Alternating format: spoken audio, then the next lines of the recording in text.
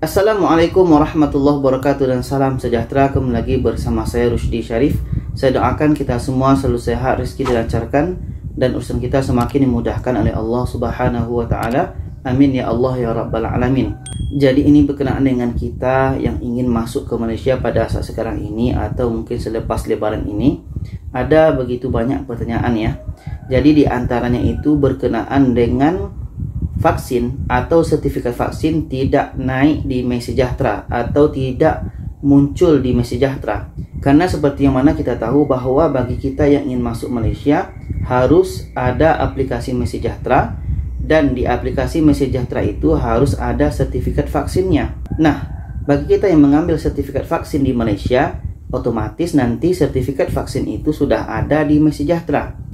Bagaimana dengan sahabat-sahabat kita atau mungkin di antara kita yang mendengar ini ada mendapatkan sertifikat vaksin di Indonesia? Tentunya naiknya di Peduli Lindungi, bukan di MySejahtera.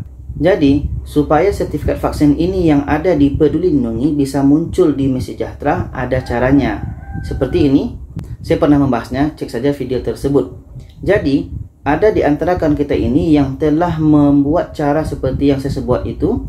Ramai yang telah berhasil, tapi ada juga yang tidak berhasil atau yang tidak naik sertifikat vaksin di MySejahtera.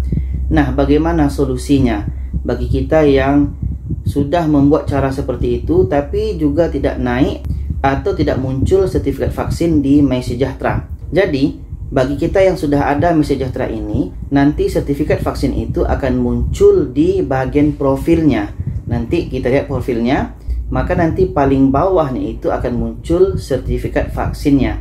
Nah, bagi kita yang tidak muncul sertifikat vaksinnya itu, pastikan nanti kita ketika mengisi borang traveler itu, kan ada kita mengisi borang traveler, pastikan nanti jangan sampai merah, pastikan biru. Nah, bagaimana kita supaya mendapatkan biru? Ya, mungkin kita pastikan mengisinya kita telah divaksin. Pastikan kita tidak ada kontak rapat dengan orang yang pernah COVID-19 dan hal-hal yang lainnya yang mendekati kepada kita yang dideteksi kepada orang yang pernah didekati COVID-19. Kalau kita menjurus mengisinya kepada pernah mendapat perawatan COVID-19, pernah kontak rapat dengan orang yang telah terjangkiti COVID-19 dan sebagainya, itu kemungkinannya akan berubah. Jadi nanti ketika kita mengisi borang My Traveler itu, saya pun pernah membahasnya, lihat di atas. Ketika kita mengisi borang traveler tersebut, pastikan jangan hasilnya sampai merah, pastikan biru. Dan solusi yang kedua adalah kita print saja sertifikat vaksin tersebut.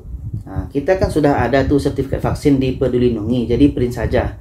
Print saja dalam bentuk kertas A4 itu A4 dan nanti bawa saja ketika masuk ke Malaysia. Jadi jangan risau. Kalau kita sudah buat cara yang betul, nanti sesampainya di pintu masuk Malaysia, tunjukkan saja kalau kita sudah pernah membuat atau sudah pernah memindahkan sertifikat vaksin di MySejahtera, tapi belum ada jawaban. Bilang saja begitu. Jadi nanti ketika petugas mana sertifikat vaksinnya, ini Pak, saya sudah membuat di MySejahtera tapi belum muncul.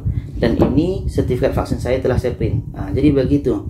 Supaya nanti kita tidak dikarantina. Karena seperti mana yang kita tahu, orang yang belum divaksin atau belum lengkap vaksin akan dikarantina 5 hari. Jadi kalau kita tidak ada sertifikat vaksinnya, otomatis karantina 5 hari. Dan orang yang telah lengkap vaksinnya atau telah booster, itu bebas karantina. Jadi itu saja. Semoga kita bisa pahami. Kalau ada pertanyaan boleh komen di bawah. Silakan share kepada lainnya. Terima kasih. Wassalamualaikum warahmatullahi wabarakatuh.